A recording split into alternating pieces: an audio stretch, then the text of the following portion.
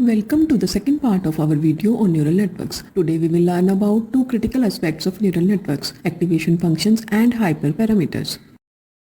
Activation functions are a crucial element of our neurons' decision-making process.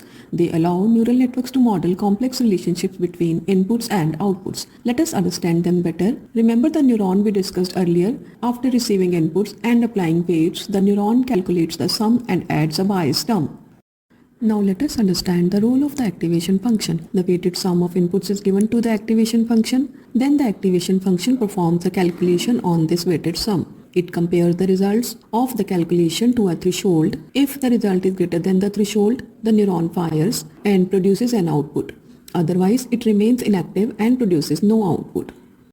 There are two main types of activation functions, linear activation functions and non-linear activation functions. One of the most straightforward activation functions is the linear one, also known as the identity function. The linear activation function simply passes the weighted sum plus bias as the output. In other words, it produces a result which is directly proportional to the input. While linear activation functions have their uses, they are limited in the context of deep neural networks. Using linear activation functions would not enable the model to learn complex non-linear relationships between inputs and outputs. Hence, to allow neural networks to learn and approximate more intricate relationships in the data, we use nonlinear activation functions.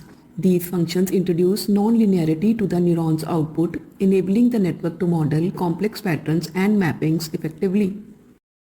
One of the simplest nonlinear activation functions is step function. It acts like an on and off switch. When the weighted sum plus bias is above a certain threshold, the neuron fires and produces an output value of 1. Otherwise, it stays inactive, produces an output of 0. The step function is binary in nature, which means it only produces 0 or 1 as output. But what if we need a continuous output? The sigmoid function is one such example which produces continuous outputs. The sigmoid function maps a weighted sum plus bias to a value between 0 and 1, providing a smooth transition, not that it can be any value between 0 and 1, making it suitable for tasks like binary classification and logistic regression, where we want to estimate probabilities. However, sigmoid functions have some limitations. For very high or low input values, the function tends to saturate, leading to the vanishing gradient problem.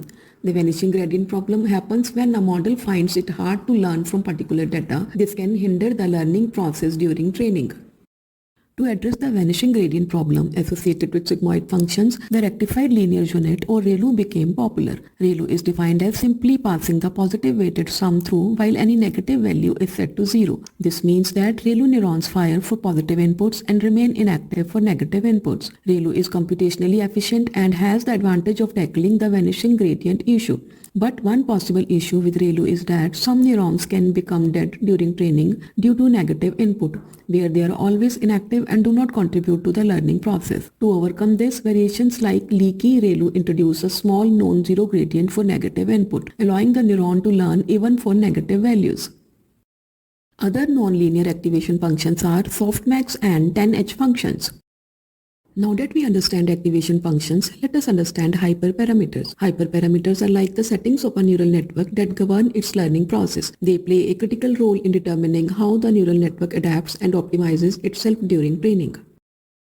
The learning rate determines how much the model adjusts its weights based on the calculated error during training. A small learning rate might make the process slower, while a large one could cause the model to overshoot optimal weights. The number of hidden layers and neurons per layer impacts the network's capacity to learn complex patterns. Too few hidden layers might not capture intricate relationships, while too many could lead to overfitting.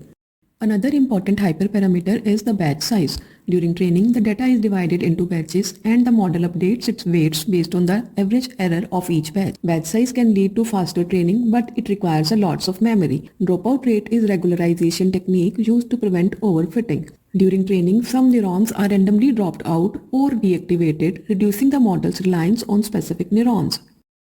Choosing the correct hyperparameters involves experimentation and fine-tuning to strike the right balance for the specific problem. Remember, understanding the dynamics of activation functions and selecting appropriate hyperparameters can highly impact the success of your neural network.